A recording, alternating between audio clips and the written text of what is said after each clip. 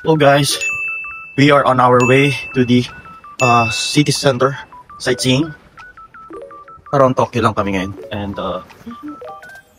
we have the whole day to enjoy the city of Tokyo.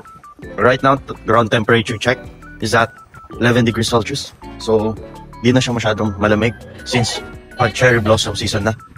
And later, we're going to withdraw some cash at 7-Eleven. Time check right now, it's 10:07 AM Japan time, and medyo late na kami umalis because medyo nirapa pa namin yung mga luggages namin. So yeah, come with me as we try to maximize our time in Tokyo. So for today's trip is totally spontaneous, as in wala sa plano. We'll be exploring around Tokyo City Center. Pero ang first stop natin is something not so common for travelers kasi medyo malayo siya from the usual.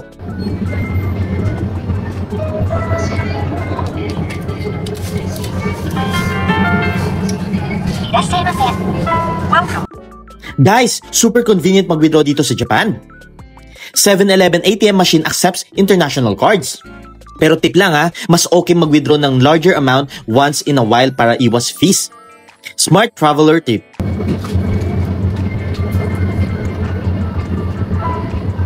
Sobrang accessible kasi halos every corner of Japan merong 7-Eleven ATM.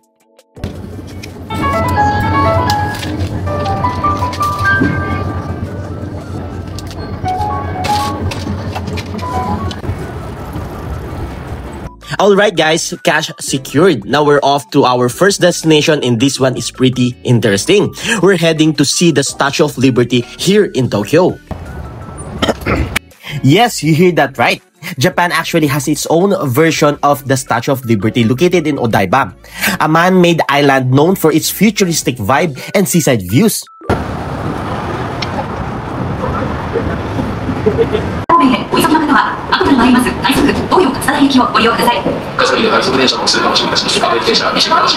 So guys, we just got off the train sa subway, and we're gonna ride a bus going to Liberty of Statue.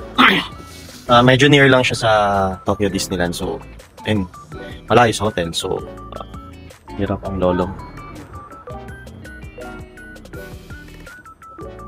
01 daw. 01 ang sasakyan. 01. Okay. Alam nyo guys, kanina, nung naglalakad kami papunta rito, parang nagugutom kami. Ay, ito na. Sige, sasakay mo na ako. Suica.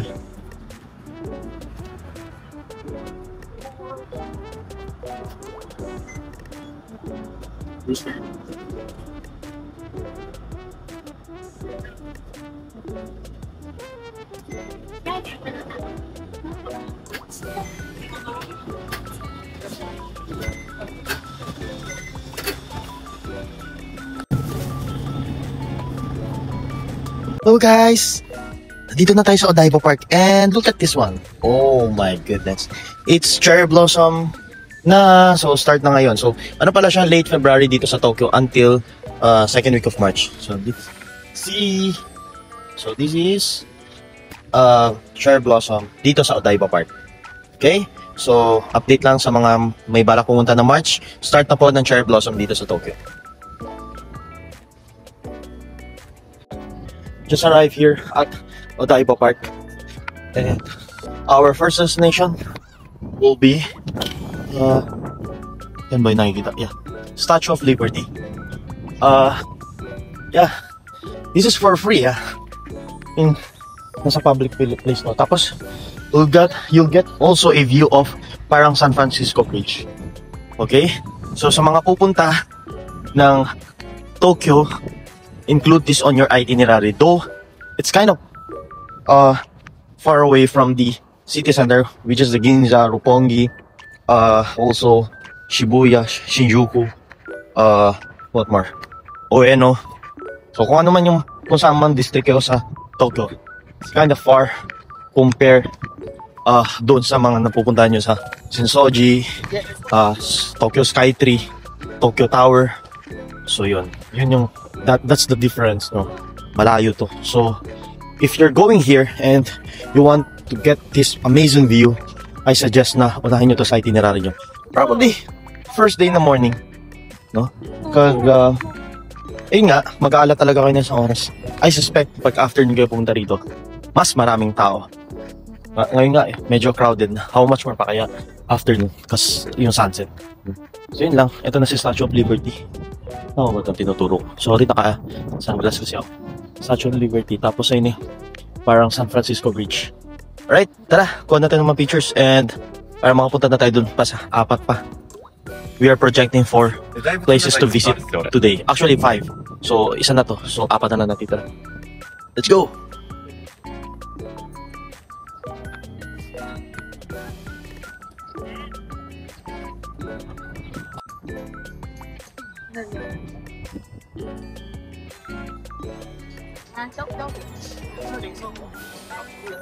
Kami dito sa Odaiba Park and we decided na kumain muna. Tapos saka namin punta yung 4.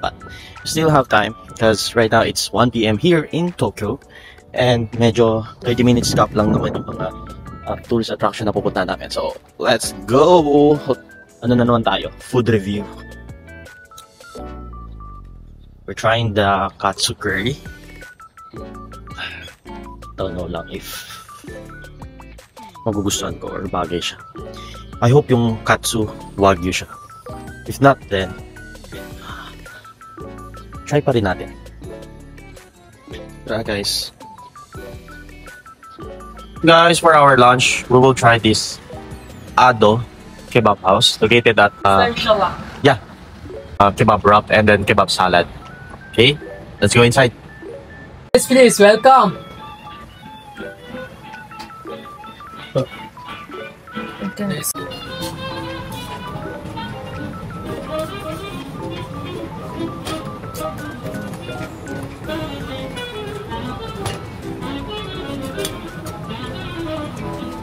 And look at this, we actually got to see the making of our shawarma wrap right in front of us. Ang satisfying panoorin habang sinaslice yung meat, then wrap it up fresh. Just to think that I'm the lucky one who don't see you down on it well enough. Each night I pray that nobody steals through my way.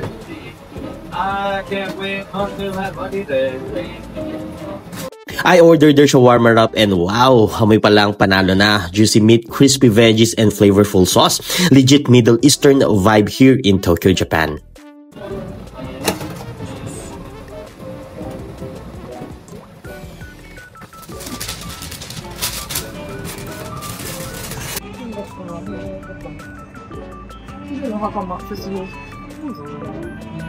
Guys, we are now here at the famous Tokyo Skytree and we are here to take some pictures. So this is our second destination for today. Hindi talaga kaya dahil bawat biyahe from dun sa first tourist destination na pinunta natin, which is the no, it's okay. You can take. Sorry, just wondering what kind of device it is. Guys, quick story time. So my vlog actually got cut for a bit kasi someone approached me out of nowhere. And guess what? It was Bertrand Wokes, the current mayor of Kranim, Belgium. He noticed my camera setup and got really curious about it. Super random but such a wholesome encounter. We had a quick chat about vlogging and travel content. Ang saya kasi hindi mo talaga alam kung sino makikilala mo while exploring.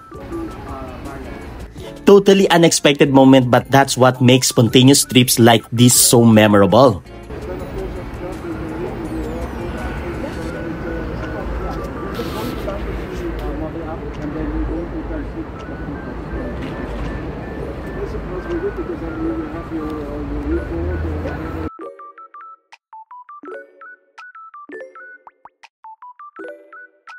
So guys, we are now here at Tokyo Skytree and you're looking at this video.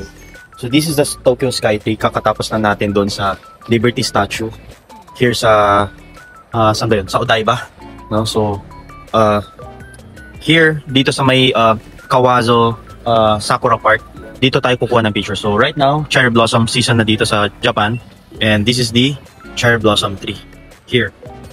Okay, so yeah, hindi na masyadong malamig pala ngayon sa Japan. It's only 13 degrees Celsius. So sa mga pupunta ngayong March, you can simply wear a jacket kahit hindi na heat tech And then also, siyempre, magpatong na lang siguro kayo ng heat-tech na inner or ganitong turtleneck na heat.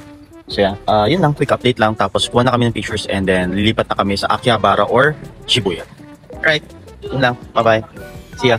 So guys, so tapos na tayo sa Tokyo Sky 3. Dun sa may park where we took some pictures.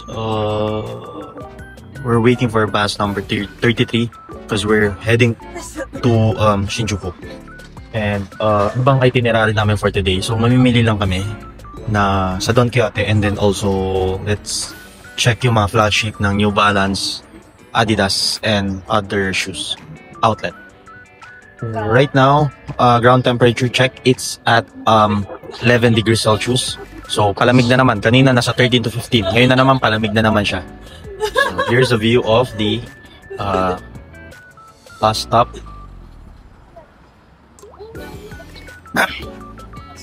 Hintay, waiting game na lang siguro tayo.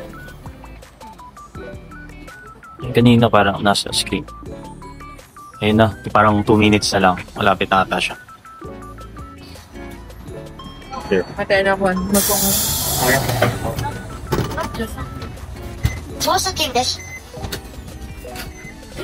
Tayo sa dito.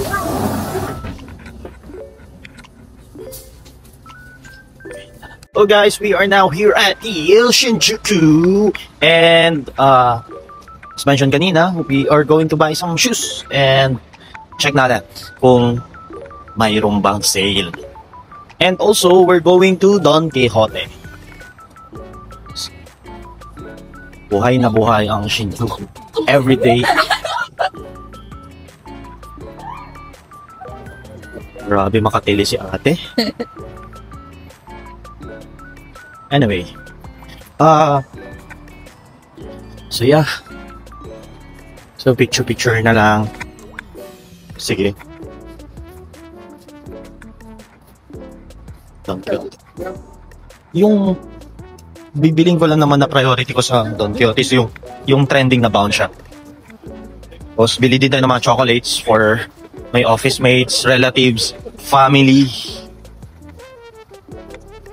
So yeah. Ito na pala ABC Mart. So check na lang namin. Okay. May basement pala sila.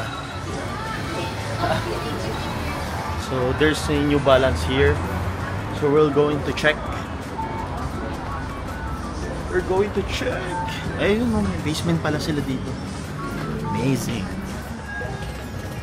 So let's see. Nandito pala tayo again sa ABC Mart. And naka-sale din yung, aside from mura dito yung mga shoes, naka-sale din sila.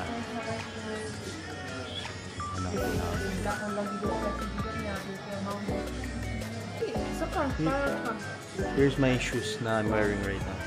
Here. Don't know if nakikita nyo. Oh. Here's the shoes that I'm wearing right now. Katulad ng display. So, nagtahanap tayo. Hinahanap ko yung 1609 eh. Na New Balance. Kasi sa flagship kasi, walang kung may makikita kami kasi limited lang din yung mga display nila sa New Balance flagship. Gusto ko ng ganito pero yung black. Parang sinuot ni Kim So-yoon. Ito mga running shoes. Gusto ko lang yung nagagamit ko minsan sa office.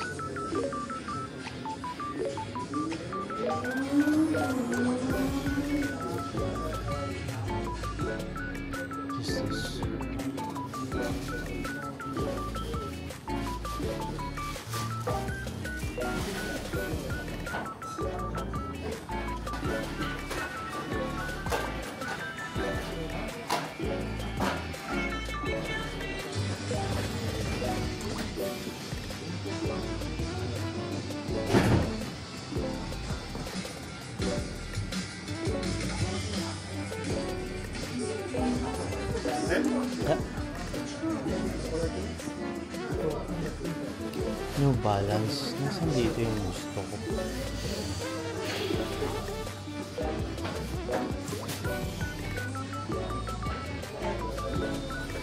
This is also good eh. Diba? This one is good. Diba? It's kind of cute. Just for the daily use lang talaga.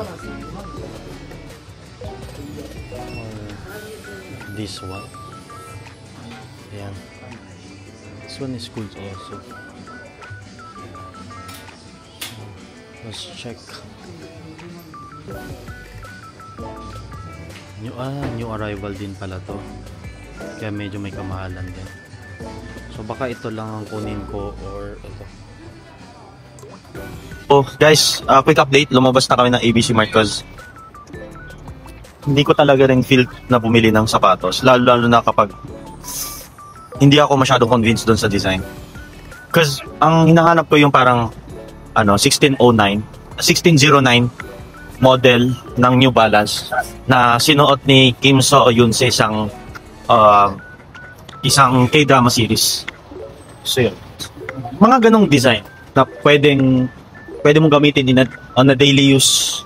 Tapos if ever man na if you're traveling, napaka comfy niya suotin.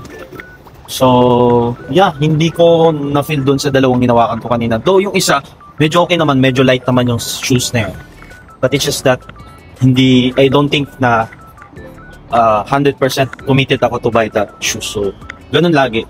If you're buying something, kung ano man yan, whether clothes, pasalubong, if you're not really 100% convinced na, alam mo, ma-appreciate yun na pagbibigyan mo o magagamit mo siya for a very long time. Ganun. Siguro kapag ganun ang mentality mo kapag kuripot ka. So aminadong kuripot ako. Anyway, mamaya pa naman may dadaanan tayo New Balance flagship. Let's see if they have good design. But the problem with flagship stores dito sa Japan, there are some flagship stores just like the On Cloud that they don't have tax free. So yun yung masakit dahil malaking bagay yung tax free. Anyway, we're heading towards Shinjuku main road because nandoon located yung Don Quixote. Going to buy some pasalubong for our family, friends, relative, employee, office mate, my part. Wait! Dito na muna natin tatapusin ang vlog for today. Dahil bibitinin muna namin kayo. Cause I'll be doing a separate vlog for our shopping showdown between Don Quixote and a Japanese pharmacy. We'll see kung sino ba talaga ang mas mura at sulit. Kaya make sure to subscribe and hit that bell icon para hindi nyo ma-miss ang next vlog natin. Don't forget to like, comment, and share this video if you enjoyed today's spontaneous Tokyo adventure.